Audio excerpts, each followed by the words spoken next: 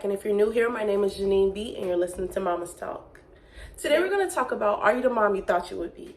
So before we get into it, I just want to remind you guys to like, subscribe, and share this video, and to go check out my shadow journal. I'm going to post it up here. The shadow journal, most of my YouTube videos come out of the shadow journal, so I do a lot of shadow journaling. What shadow journaling is to me is constant evaluation of the type of human being I am and the type of human being I want to be. So, am I the mom I thought I would be? I'm definitely the mom I thought I would be. I feel a way about that. I'm like happy, and I'm a little like, I don't know how I feel about saying that, because when I think about the mom I wanted to be, I'm thinking about who 7-year-old Brittany wanted to be as a mom, because for a lot of different reasons. Because I wasn't a kid, I didn't plan to be a mom, but the only time I really talked about being a mom is when my mom pissed me off. So, for example, if she'd take something from me that I didn't like, or say something to me that I didn't like, me and my sisters would go and talk crap about her, like,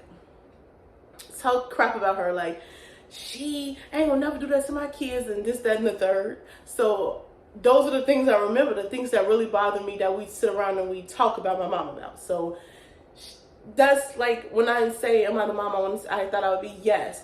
Which then in turn says that those things that we actually sat down and talk about really bother me, because those are what I kind of based what type of mom I wanted to be off of. So one of the things that I know I kept for when I was a kid is letting my kids make their own decisions and giving them a voice. For Soraya, Nova's 2, so my oldest daughter, for her, people get upset sometimes when they feel like your kid has too much of a voice, or you take too much of their opinion into mind. I've run into a lot of that. So when I was little, I feel like I didn't have a voice, and sometimes that stopped me from saying the things that really needed to be said, or maybe something happened to me and I wanted to say it, but because prior to that I felt like I didn't have a voice, it stopped me from saying it. So then the idea is, if I let her say what she wants to say, or what she feels is important for her to say, she won't ever feel like it's stuff that she can't say. But sometimes kids do go above and beyond in this shit, and they'll get the being disrespectful. We do borderline disrespect sometimes. I can't agree with that. They just say anything. But I have to decide whether or not I want to check her in the moments where I feel like she's being disrespectful, or do I want to silence her and then tell her to speak up later. I made the decision to check her in the moment I feel like she's being disrespectful. And I don't have a disrespectful kid, but sometimes she do get sassy, so I have to check her. I mean, no, I just play it. Anyway, but yeah, so I did decide to give my kid a voice. Like, for example, when someone comes over to visit, and you know how people put you out your room like they finna sleep in your bed. No, we're not doing that. If you want to come to my house and then sleep in either one of my kids' bed, the first thing we're gonna do is ask her, like, do you want this person to sleep in your bed? I feel like energy is important, and the transferring of energy from people off to your stuff and even into your house. That's why I watch who I invite into my home. My home is a very sacred place for me. It's important for me to like the energies of the people I'm inviting into my house. So I limit the people I invite into my house for that reason. So, for example, if someone comes over and they want to spend a night and I want them to have a bed, or somebody I want to give a bed to, for example, my mom. If my mom want to come over and spend a night, obviously I'm going to ask my daughter, hey, do you want your grandma to sleep in the bed? It's not immediately, oh, well, she's going to sleep in Soraya's bed. Soraya, fix your bed for your grandma. No, she has a choice. Obviously, she's going to say, yeah, she loves her grandmother, all of them. She loves all of them. So obviously she's going to say yes, but I also give her that choice. But like, let's say somebody else, some long lost cousin, auntie, somebody come over, and no, if she doesn't want you to sleep on her bed, it's a no for me. If it's a no for her, it's a no for me. Go get a hotel, you sleep on the couch. These couches are fairly comfortable. Let's go to the fact that I never planned on being a mom. Like, when I became a mom at 15, that was never my plan. This was not no 15 and pregnant shit that I planned. That's not what happened. And so that I never thought about it as a grown adult. Am I the mom I thought I wanted to be? Because I never planned to have children. So 7-year-old me is proud of me. She's like, yeah, we did what we were supposed to be doing. But 15-year-old me had to learn what it really is to be a mom, and then make a decision on the type of mom that I wanted to be once I'm growing. So I'm still learning on the type of mom I wanted to be. But I feel like just knowing the type of mom I wanted to be is not really important to keeping in mind the things that I want to be better. I want to do better than my mom did. Like she's a good mom, but it's some things that she did that I don't agree with. So keeping that in mind, but I feel like that doesn't really matter towards your child, because I'm not raising me. I'm not raising what I needed. I'm raising a whole nother human being that is totally different than I am.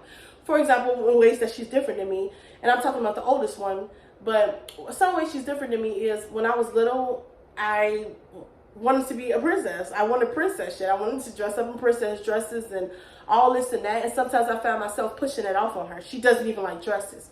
So I found myself pushing it off on her. So now I'm going into the stage where I'm evaluating the type of mom I am, shadow journaling, and the type of mom she needs. Because we are different human beings. My kid is not going to be like me. Your kid is not going to be like you. So you have to then reevaluate the type of parent you want to be to the need of the child.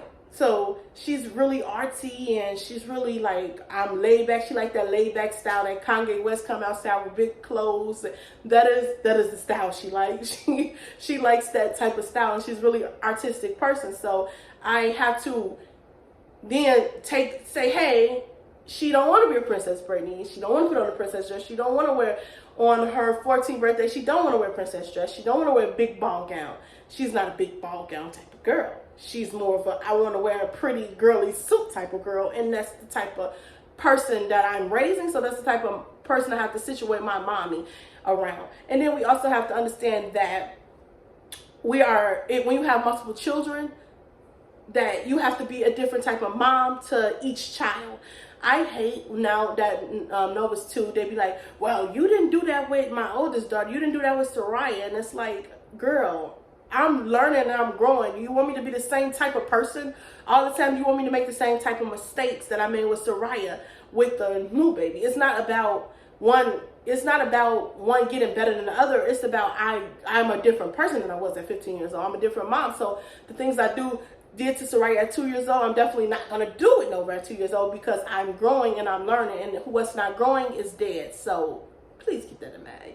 If you're not growing, you're not moving forward. So if you're doing the same thing you did with 1 2-year-old and they're not the exact same person, or not the same person, or don't have the same qualities, then you're doing something wrong. You're raising 2 different kids with 2 different personalities.